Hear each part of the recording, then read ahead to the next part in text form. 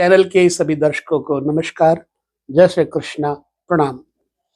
समग्र विश्व ईश्वर से ओतप्रोत है, इसलिए इस संसार में जो कुछ है वह ईश्वर ही है।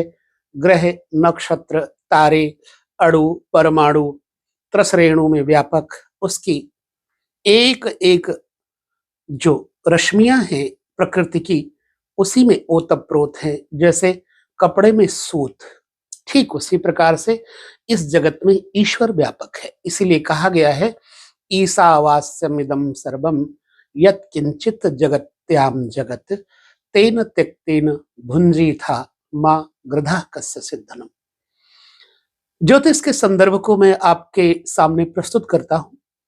ज्योतिष का संदर्भ है चंद्र कुंडली, अर्थात गोचर ग्रह कुंडली से जब राहु की स्थिति आपके जीवन में उथल पुथल मचाती है तो किन किन घरों में, किन किन भावों में बैठ करके आपको प्रभावित करती है।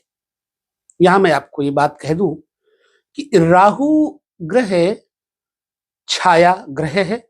राहु वेद पुराणों के अनुसार जो है सिंहिका का पुत्र है और अमृत पान करने के कारण राहु को अमरत्व की प्राप्ति हुई है। अमर ग्रह होने के कारण राहु में देवत्व भी है। राहु में जो अमृतत्व है उसकी वजह से पौरुष भी है, बल भी है। व्यक्ति को बल पौरुष भी प्रदान करता है। किन राशियों में ऐसा होता है? यदि राहु वृष राशि में होगा तो जातक को बहुत कुछ प्रदान करता है। शक्ति, सामर्थ्य, धन, संपत्ति, ज्ञान, विज्ञान। और मिथुन राशि में भी राहु का बल पौरुष रहता है और कन्या राशि में भी राहु का बल पौरुष परिपूर्ण रहता है। इसलिए राहु से घबराने की जरूरत नहीं है। जब कोई ग्रह खराब होता है तो उस खराब ग्रह का हम इस्तेमाल अच्छाई की तरफ कर सकते हैं। जो कुत्ता काटने वाला होता है वही दरवाजे की सुरक्षा भी करता है। इसलिए जो लोहा हाथ काट सकता है वही लोहा सब्जी भी काट सकता है। वही लोहा किसी के शत्रु के छक्के भी छुड़ा सकता है। ठीक इसी प्रकार से इन ग्रहों का भी तारतम्य है। ऐसे में ग्रहों से घबराएं ना, ग्रहों के उस पूर्ण सत्य को समझें, तत्व से समझें तो आपको उपाय के माध्यम से बड़ा बल प्राप्त होता है। सकारात्मक रहे, नकारात्मक बिल्कुल भी न रहे। राहु जब किसी के ऊपर कृपा करता है तो वाणी बड़ी तेजस्वी हो जाती है और वचन का पक्का बना देता है। राहु इतनी ज्यादा राहु में चिंतन शक्ति है कि किसी भी जातक को ईश्वर से साधना मार्ग में जोड़ सकता है। राहु आपके शत्रुओं पर आपको विजय दिला सकता है। राहु आपको वाचस्पति बना सकता है, वाक्पटु बना सकता है। लग्न में बैठे हुए राहु का प्रभाव जातक के जीवन में अगर वृष में है और मकर में है, लाभ देगा, नुकसान नहीं देगा। वृष शुक्र की राशि है, मकर शनि की राशि है। दोनों से मित्रता है राहु की। राहु के गुरु हैं शुक्राचार्य। इसलिए शुक्र की राशि में बैठ करके राहु आपको क्या नहीं प्रदान कर सकते हैं। चिंतन शक्ति, संपत्ति शक्ति, सामर्थ्य शक्ति आपको दे सकते हैं। तो घबराए ना। राहु के लिए मैं पहली बात तो तथ्यात्मक चर्चा करूंगा और कब किस स्थिति में राहु आपको नुकसान करेंगे वो भी आपको बताऊंगा। और ये सब मैं अपने निजी अनुभव को जो बांट रहा हूं वो समझने का प्रयास करिएगा। जीवन के अंतराल को राहु विशुद्ध करता है। लग्न में बैठे हुए राहु चंद्रमा के साथ होंगे तो थोड़ा चंद्रमा पर प्रभाव खराब डालेंगे, क्योंकि चंद्रमा को ग्रहण लगाने का मुख्य स्रोत राहु का ही है। अब चंद्रमा के संबंधी कौन कौन से होते हैं? चंद्रमा आपके मन से संबंधित है। तो जब चंद्रमा पर राहु बैठेगा तो जातक के मन को बाधित करेगा। भूत, प्रेत, भय, भ्रम इत्यादि, सिर पीड़ा, ब्लड प्रेशर, ब्लड रक्तचाप इत्यादि को घटाएगा या बढ़ाएगा। अच्छा, चंद्रमा पर जब राहु बैठेगा तो चंद्रमा को माँ का प्रतीकात्मक कहा गया है, इसलिए चंद्रमा पर राहु बैठेगा तो माँ की मृत्यु का बचपन में भय होता है। यदि और पाप ग्रह हो तो जातक के जीवन में माता का सुख होता ही नहीं है। अच्छा, चंद्रमा पर राहु बैठेगा तो चंद्रमा चतुर्थ स्थान का प्रतीक है, इसलिए चतुर्थ स्थान से क्या क्या देखा जाता है? चतुर्थ स्थान से भूमि, मकान, अच्छा नींद का भी प्रयोजन यहाँ से है, अच्छी नींद, और जातक अपने जन्मभूमि पे रहेगा या नहीं रहेगा। जब चंद्रमा पर राहु बैठेगा तो जातक प्रायः अपनी जन्मभूमि पर नहीं रहता है। आप देख लीजिएगा अपने जीवन में उतार करके इस बात को, तथ्य को। तो राहु जब चंद्रमा पर बैठेगा तो जितना संबंध चंद्रमा से है सुख संबंधी, उसमें आपको बाधा डालेगा। जैसे मकान खरीदना, बेचना, कभी भी अपने मकान में ऐसा व्यक्ति रह नहीं पाता, प्रायः उसे बाहर रहना पड़ता है, नौकरी में रहना पड़ता है, ट्रांसफर होती रहती है, और पुनः माँ को तो प्रभावित करता ही है, वाहन भी खराब होते रहेंगे, निश्चित बात है।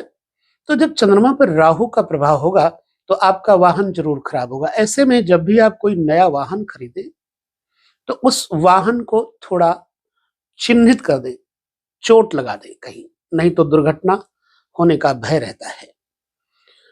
और जब आप मकान बनाएं तो उसमें ऐसी कोई पुरानी ईंट लगा दें, कहीं किसी मंदिर की हो ईंट लेकर के, कम से कम 1 या 5 ईंट लगा दें, तो आपके घर में जो अचानक दुर्घटनाओं का भय बन जाता है वो नहीं बनेगा। राहु से बचाव का उपाय है। और यदि माँ को समस्याएं हैं, होंगी जरूर, अब राहु चंद्रमा पर प्रभाव डालेगा तो माँ को समस्याएं तो होंगी होंगी। तो ऐसे में आपको चाहिए कि गौ माँ की सेवा करें और गंगा जल 43 डेज यानी 43 दिन गंगा जल का पान करें, और सफेद वस्त्र में, सूती सफेद वस्त्र में कुछ चीजें रख लीजिए, बड़ा काम करेंगी। जैसे मोती है, थोड़े से साबुत चावल हैं, साबुत का मतलब साबुत होता है, टूटे हुए नहीं, और कपूर ले लीजिए, चांदी का एक टुकड़ा ले लीजिए गोल, शुद्ध चांदी, और उसे पोटली बना करके सोमवार के दिन अपने बेडरूम में रखें। कहीं जाएं तो अपने साथ ले जाएं, और जब वो साथ में रहेगा तो आपको मनोबल बहुत प्रबल रहेगा, आप कभी भी डिप्रेशन में नहीं जा पाएंगे। राहु का एक प्रभाव है। अच्छा, राहु चंद्रमा पर बैठेगा तो यद्यपि चंद्रमा चतुर्थ भाव का स्वामी है तो राहु ग्रहण लगाएगा, परंतु यदि वृष राशि में राहु बैठा होगा चंद्रमा के साथ तो आपको सुरक्षा प्रदान करेगा। हाँ, अगर वृश्चिक राशि में चंद्रमा के साथ राहु होगा तो जातक की मां को निश्चित ही कष्ट देगा, जातक को भी कष्ट देगा, अचानक दुर्घटनाएं देगा, और रक्तचाप इत्यादि भयंकर बाधित करेगा। तो ऐसे में जिन लोगों की कुंडली में राहु वृश्चिक राशि में हो और चंद्रमा साथ में हो, यानी वृश्चिक राशि में राहु बैठा हो चंद्रमा के साथ, तो उन लोगों को ये उपाय अवश्य करना चाहिए। और यदि वृश्चिक राशि है तो मूंगा और मोती चाहे गले में चाहे उंगली में, अनामिका उंगली में धारण कर लीजिए। और पुनः मैं आपको बताता हूं, यदि राहु आपको खराब कर रहे हैं और वृश्चिक राशि है तो आपको मूंगा मोती तो धारण करना ही चाहिए, साथ ही साथ सरस्वती जी का मंत्र वो आपको जपना चाहिए। स्फटिक की माला आपको धारण करने से राहु जनित कष्टों से छुटकारा मिलेगा, भय भ्रम अवसाद नहीं आपको आएगा। अब चंद्रमा के साथ राहु लग्न में बैठे होंगे तो लग्न को अर्थात सिर को और वाणी को और सप्तम स्थान राहु की दृष्टि पत्नी को प्रभावित करेगी और पुनः राहु की दृष्टि नवम भाव यानी नवे घर में दृष्टि डालेगी तो भाग्य भाव को भी बाधित करेगा राहु, यदि वृश्चिक में है तो। लेकिन अगर वृष राशि में राहु लग्न में है तो भाग्य भाव को उजागर करेगा, आध्यात्मिक परिवेश को मजबूत करेगा। पुनः राहु की पंचम दृष्टि पुत्र भाव पे पड़ती है, तो यदि राहु लग्न में वृश्चिक राशि में होंगे तो पेट और संपत्ति अचानक आपको कष्ट देंगे, संतान का सुख का अभाव हो जाएगा राहु की पंचम दृष्टि से। और पुनः जैसे आप किसी से प्रेम करते हैं उस प्रेमी से आपको धोखा मिलेगा। राहु लग्न में बैठा होगा, पंचम भाव प्रेमिका का है, प्रेम का है, इसलिए जब राहु की दृष्टि पंचम भाव पे जाएगी तो आपकी संपत्ति के कारण आपके विवाह उस प्रेमिका के साथ होने में जो बाधा है वो आएगी ही आएगी। ऐसे में भी जो आपको मैंने उपाय बताए स्फटिक इत्यादि की माला पहनने के लिए वो बहुत लाभ देगा। ठीक है, घबराए नहीं। राहु अगर वृश्चिक राशि में चंद्रमा पर बैठे हैं तो पहली बात तो आयु को नष्ट कर ही देते हैं, लेकिन जो जीवित बचते हैं प्रायः उनको बृहस्पति की सुरक्षा मिली होती है, तो ऐसे लोग कहीं ना कहीं कष्ट उठा करके स्वयं को संभाल ले जाते हैं। अच्छा, राहु पंचम सप्तम नवम दृष्टि डालेंगे तो उन घरों को प्रभावित करेंगे। हाँ, वीडियो बहुत बड़ा बन सकता है, इसलिए हम नहीं चाहते कि बहुत बड़ा वीडियो बने। तो लग्न अंतर्गत राहु प्रभावित कर रहा है या कहीं पर भी चंद्रमा के साथ राहु बैठा है प्रभावित कर रहा है, अथवा कहीं पर बैठा हुआ राहु आपकी बाधा चंद्रमा को पहुंचा रहा है, तो आपको तत्काल उसका उपाय कर लेना चाहिए। अब राहु को धन स्थान पर लेकर चले चंद्रमा से, तो धन स्थान वाणी भी है चंद्रमा से दूसरा, तो जिस काल में जिस समय में राहु धन भाव में होगा उस काल उस समय में एक तो आपके कुटुंबीजन ही आपका साथ छोड़ देंगे और पुनः आपकी संपत्ति पे शत्रुओं का दबाव पड़ेगा और इसके कारण आपकी पत्नी का भी स्वास्थ्य खराब होगा। जिस वर्ष में राहु दूसरे घर में बैठा होगा, तो हालांकि चंद्रमा से दूसरे घर में राहु जिसका होगा उसको भी यही समस्याएं आएंगी। तो जब आपके मुख स्थान पर, धन स्थान पर, कुटुंब स्थान पर राहु बैठा होगा तो राहु की दृष्टि कहां कहां जाएगी, ध्यान से देखें। धन स्थान पर बैठे हुए राहु की दृष्टि पंचम जाएगी, छठे घर में। छठा घर रोग ऋण शत्रु का है। यदि यहां पर वृष राशि इत्यादि मिथुन या कन्या में राहु बैठे होंगे तो आपकी वाणी में ओजस्विता होगी, स्पष्टवादिता होगी, धन संपत्ति अचानक आपको मिलेगी, चाहे वो जुए से, लॉटरी से, सट्टा से या कहीं से भी अचानक संपत्ति मिलती है और अचानक ही लाभ होता है। लेकिन अगर यहां पर बैठे हुए वृश्चिक में, मीन में राहु होंगे, धनु में होंगे, तो जातक को अचानक दुर्घटनाएं, परेशानियां, अचानक धन हानि, शत्रु से हानि, ठीक है, ऋण से, कर्ज से परेशानी पैदा हो जाएगी और पुनः जातक के कंठ रोग, उदर रोग बढ़ जाएंगे। और जब सप्तम दृष्टि पड़ेगी मृत्यु स्थान पे तो भी रोग बढ़ाएंगे। शुभ होंगे तो अष्टम स्थान पर राहु की दृष्टि पड़ने से जातक को एक रिसर्च ब्रेन देता है। ऐसा जातक बड़ा शुभचिंतक और बड़ा ध्यानी, गुमानी, रंग को थोड़ा सांवला कर देता है दूसरे घर में बैठा हुआ राहु, परंतु वो ध्यानस्थ होकर के सिद्धियों रिद्धियों की तरफ जाता है और ईश्वर में अपनी आत्मस्मृति अनुसंधान करके पुनः चेतना की तरफ बढ़ता है और सिद्ध हो जाता है। अचानक कही हुई बात जब सिद्ध होने लग जाए तो समझ लेना कि राहु अपना काम कर रहा है, धन स्थान पर बैठा हुआ। समझो आपका राहु आपको लाभ दे रहा है। अब राहु की एक दृष्टि जब धन स्थान पर पड़ेगी, बैठेगा राहु, तो एक दृष्टि पड़ेगी कर्म स्थान पे, पिता के स्थान पे। यदि शुभ राहु बैठे हैं तो व्यापार में अचानक लाभ होगा। अशुभ बैठे हैं जैसे वृश्चिक में, मीन में या धनु में, तो व्यापार में हानि होगी और पुनः पिता का मरण होने का भय रहता है। पैर में दुर्घटना के कारण ऑपरेशन, चोट लग जाना, हड्डी टूट जाना इत्यादि भी कारण बन जाता है धन स्थान पर बैठे हुए राहु के कारण। अब राहु यहां से बैठ करके जो जो जगहों को देखेंगे उन उन स्थानों को प्रभावित करेंगे। शुभ होंगे तो शुभ फल देंगे और अशुभ होंगे तो अशुभ फल देंगे। अच्छा, जब अशुभ फल दे रहे हो तो आपको सजग हो जाना चाहिए। ऐसे में पुनः वही उपाय जो मैं बता रहा हूं आपको, उनमें से कुछ उपाय परिवर्तन कर देना है। क्या? अगर मुख पे राहु बैठा है, दूसरे स्थान पे राहु बैठा है, धन स्थान पे राहु बैठा है, तो याद रखें कोई फटा हुआ पर्स अपने पास न रखें। ठीक है? और पुनः चांदी, चावल, कपूर और मोती अपने पर्स के आसपास या पर्स में ही जरूर रखें।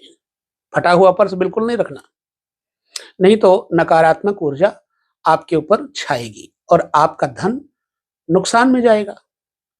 अच्छा, यहां पर एक और उपाय करना है। जब भी आप किसी मीटिंग में जाएं, मीटिंग अटेंड करें, किसी के साथ बातचीत करना हो, तो मतलब एनीवे असेंबली में यानी कहीं पर भी, तो आपको क्या करना चाहिए कि कुछ मुख में मीठा डाल लें। जैसे गुड़ है, चीनी है, चॉकलेट छोड़ करके, चॉकलेट नहीं, क्योंकि उसमें कहीं ना कहीं तामस होता है। तो गुड़, चीनी या कुछ मीठा, बर्फी, बतासा, मिश्री डाल लें। ऐसी अवस्था में आपको चाहिए कि जिस राशि में राहु दूसरे स्थान में बैठा है, मान लो मिथुन में बैठा है तो आपको पान खाने से लाभ होगा, वृष में बैठा है तो बतासे या सफेद मिठाई खाने से लाभ होगा। ठीक है? और यदि कन्या में बैठा है तो आपको फिटकरी का इस्तेमाल करना चाहिए, दांतों पे मलना चाहिए, जिससे आपको नुकसान ना हो। ऐसे में जब राहु दूसरे स्थान पर नुकसान कर रहा हो तो आपको फिटकरी से स्नान करने से भी लाभ हो जाएगा। राहु से ये बचाव का उपाय। और पुनः गले में आप स्फटिक और रुद्राक्ष मिक्स माला पहन लीजिए, तो आपके व्यापार में, धन में, कुटुंब में जो कलह है, परेशानियां हैं, वो नहीं होंगी। ठीक है? अच्छा, अब राहु को हम चंद्रमा से तीसरे घर में लेकर आते हैं। तीसरे घर में राहु का क्या प्रभाव होगा? तीसरा घर, छठा घर, 11वां घर ऐसा घर है, यहां अगर अशुभ ग्रह बैठेंगे तो जातक को बलवान और समृद्धशाली, पराक्रमी, साहसी, धैर्यवान बनाते हैं। तीसरे घर में राहु एक काम करेंगे, जब बैठेंगे चाहे किसी राशि में हो, अगर वृश्चिक में, धनु में, मीन में होंगे तो जातक के छोटे भाई बहनों का विनाश करते हैं। पुनः जातक के कोई दोस्त मित्र होंगे तो उसका साथ छोड़ देंगे। ऐसे में जातक जो है वो पत्नी के लिए भी हानि करेगा, क्योंकि तीसरे घर में बैठ करके राहु सब पंचम दृष्टि से पत्नी के घर को देखेगा। लिहाजा ऐसे जातकों का स्वभाव चरित्रहीनता की तरफ होने के कारण पत्नी के साथ अवसाद हो जाता है। संदेह की अवस्था पैदा होने के कारण पत्नी के साथ नहीं बनती और कभी कभी पत्नी का स्वर्गवास भी होते देखा गया है। यदि राहु तीसरे घर में बैठा होगा, वृश्चिक में, धनु में, मीन में, तो पत्नी के लिए, भाइयों के लिए, मित्रों के लिए नुकसान देता है। ऐसे में इस जातक को, जिसका तीसरे घर में राहु बैठा हो, तो उसे करना क्या चाहिए? पहली बात तो अपने मित्रों को, जो उनको पसंद हो, राहु की जिस राशि में बैठा हो वो, उस दिन उसको, अपने मित्रों को, भाइयों को, कुटुंबियों को, नौकरों को वो चीजें खिलाएं पिलाएं जो, जैसे मान लो उदाहरण के लिए, अगर वृश्चिक में बैठा है राहु तो मंगल की वस्तुएं, लाल वस्तुएं, लाल फल, मंगल की वस्तुएं और भी बहुत सारी हैं, गुड़ चना भी कह सकते हैं, इत्यादि।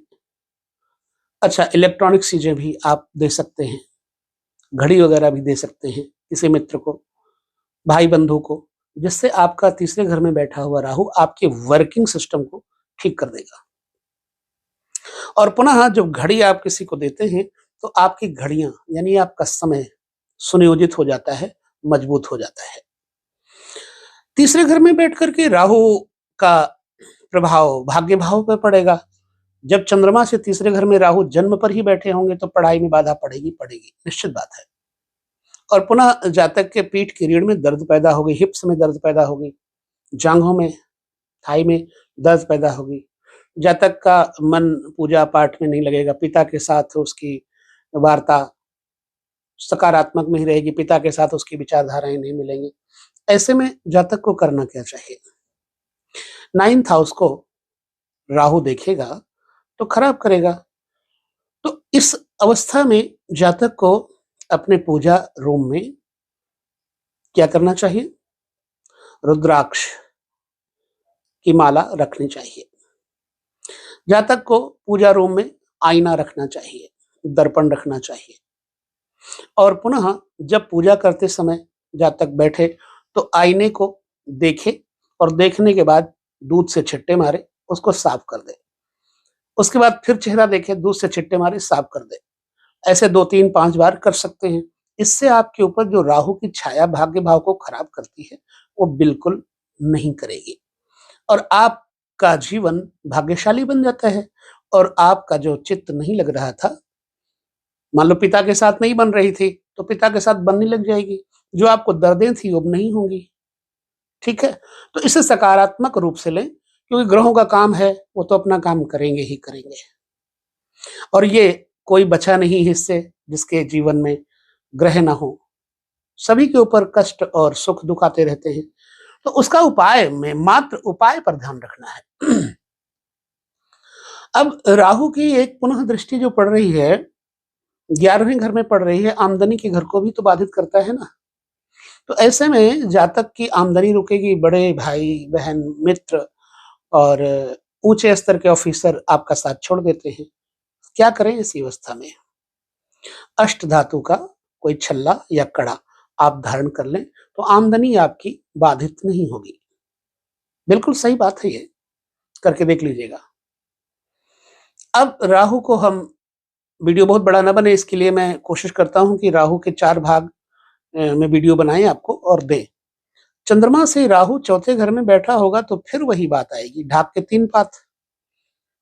सुख को, निद्रा को, यात्रा को बाधित करेगा राहु और आपके बेड को कहीं ना कहीं चोट देगा। बेड टूटा हुआ नहीं होना चाहिए और बेड में आप वही चीजें जो मैंने पहले बताई, चांदी, चावल, कपूर, मोती, अपने बेड के अंदर रख ले सोमवार के दिन। और गंगा जल एक शीशी में रख करके सिरहाने हेड वाले साइड में रख छोड़िए। तो आपको जो राहु से परेशानियां होंगी, चौथे घर में परेशानियां क्या होंगी? जैसे चौथा घर माँ का है तो माँ का स्वास्थ्य खराब होगा। चौथा घर नदी तालाब से आपको भय होगा, कभी भी पानी में आप उतरेंगे तो आपको डूबने का खतरा पैदा हो जाता है। पुनः बिजली का मीटर इत्यादि जल जाना, सीताराम सॉरी, पुनः बिजली का मीटर इत्यादि जल जाना, अचानक बिल बहुत ज्यादा जाना, बिजली का खर्च बहुत ज्यादा हो जाना, घर की इलेक्ट्रॉनिक सामान चीजें खराब हो जाना, समझ लेना जब ऐसा है तो राहु आपका खराब है। ऐसे में क्या करें कि अपने घर में शंख रखें और शंख को डेली बजाएं जरूर, और बजाने के बाद उसमें पानी डाल के धोएं और धोने के बाद फिर पानी डालें और पानी डाल के शंख का पानी आपके अपने पूरे घर में छिड़क देना चाहिए। इससे आपको जो भी बाधाएं होंगी सुख संबंधी, मकान संबंधी, वो शांत हो जाएंगी। मान लो आप मकान नहीं बना पा रहे हैं तो मकान बन जाएगा। मान लो आपकी माँ का स्वास्थ्य नहीं ठीक है, ठीक हो जाएगा। यात्राओं में बाधा पड़ रही है, यात्राएं ठीक हो जाएंगी। वाहन खराब हो रहे हैं तो वाहन में भी गंगा जल वगैरह रखें, शीशा रखें। शीशा तो लगा होता है लेकिन एक्स्ट्रा मिरर रख लें और उसे कोशिश करें कि ग्रे कलर के कपड़े में लपेट के रखें शीशे को, बहुत काम करेगा। और जब भी कभी देखें तो अपना चेहरा देख करके शीशे में उसको कच्चे दूध से छिट्टे मार के साफ कर दें और पुनः वो वहीं पर रख दें। इससे आपका वाहन खराब नहीं होगा। और चौथे घर में राहु प्रभावित जब कर रहा हो तो मैंने बोला ना, आप अपने वाहन को थोड़ी चोट पहुंचा दे अपने हाथ से, तो आपके शारीरिक स्वास्थ्य का नुकसान नहीं होगा। ठीक है।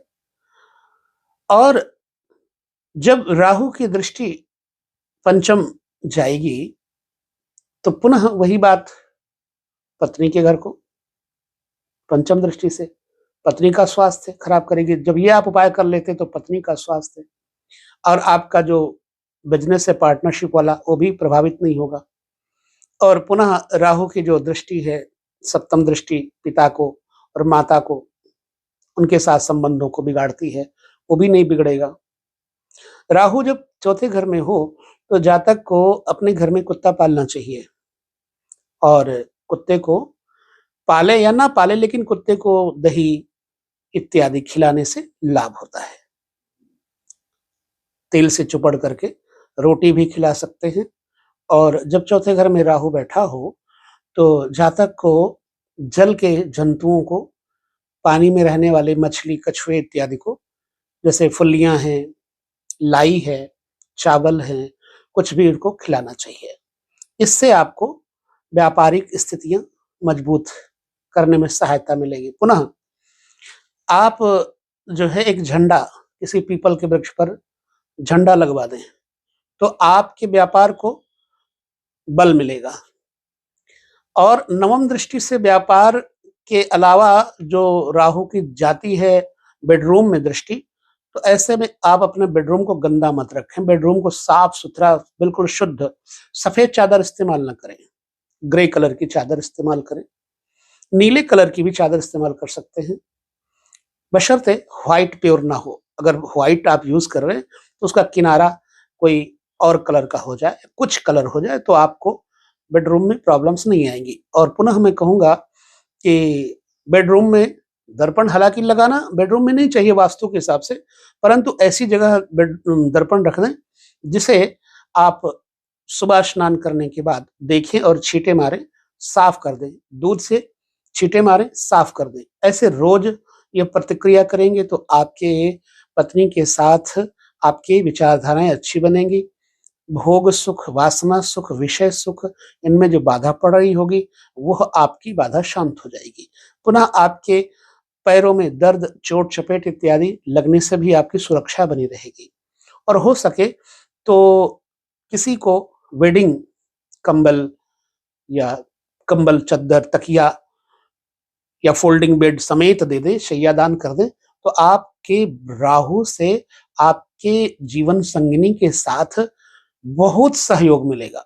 ऐसे में आपकी जीवन संगिनी का स्वास्थ्य अच्छा हो जाएगा, माँ का स्वास्थ्य अच्छा हो जाएगा, पिता की स्थिति अच्छी हो जाएगी, खर्चे जो बहुत ज्यादा हो रहे थे वो ठीक हो जाएंगे। और जो पुलिस केस इत्यादि और कोर्ट कचहरी के मुकदमे इत्यादि हैं, उनमें यदि आप फंसे हैं तो उनमें भी आपको बहुत सहायता मिलेगी। तो चंद्रमा गोचर ग्रह से राहु के 12 घरों तक के वीडियो में हम सिर्फ चौथे घर तक की चर्चा यहाँ करके विराम देते हैं, क्योंकि वीडियो बहुत बड़ा बन जाएगा। अभी 4 घरों तक ही चर्चा की है हमने, और इस चर्चा में ही 28-29 मिनट हो गए, तो इस वीडियो को हम 4 भाग में बनाने का प्रयास करेंगे। लेते हैं विदा। आप सभी आनंद से एंजॉय करें और लाइफ को इन उपायों से बिल्कुल ब्राइट बना लें, खुशहाल रहें। नमस्कार, जय श्री कृष्ण, प्रणाम।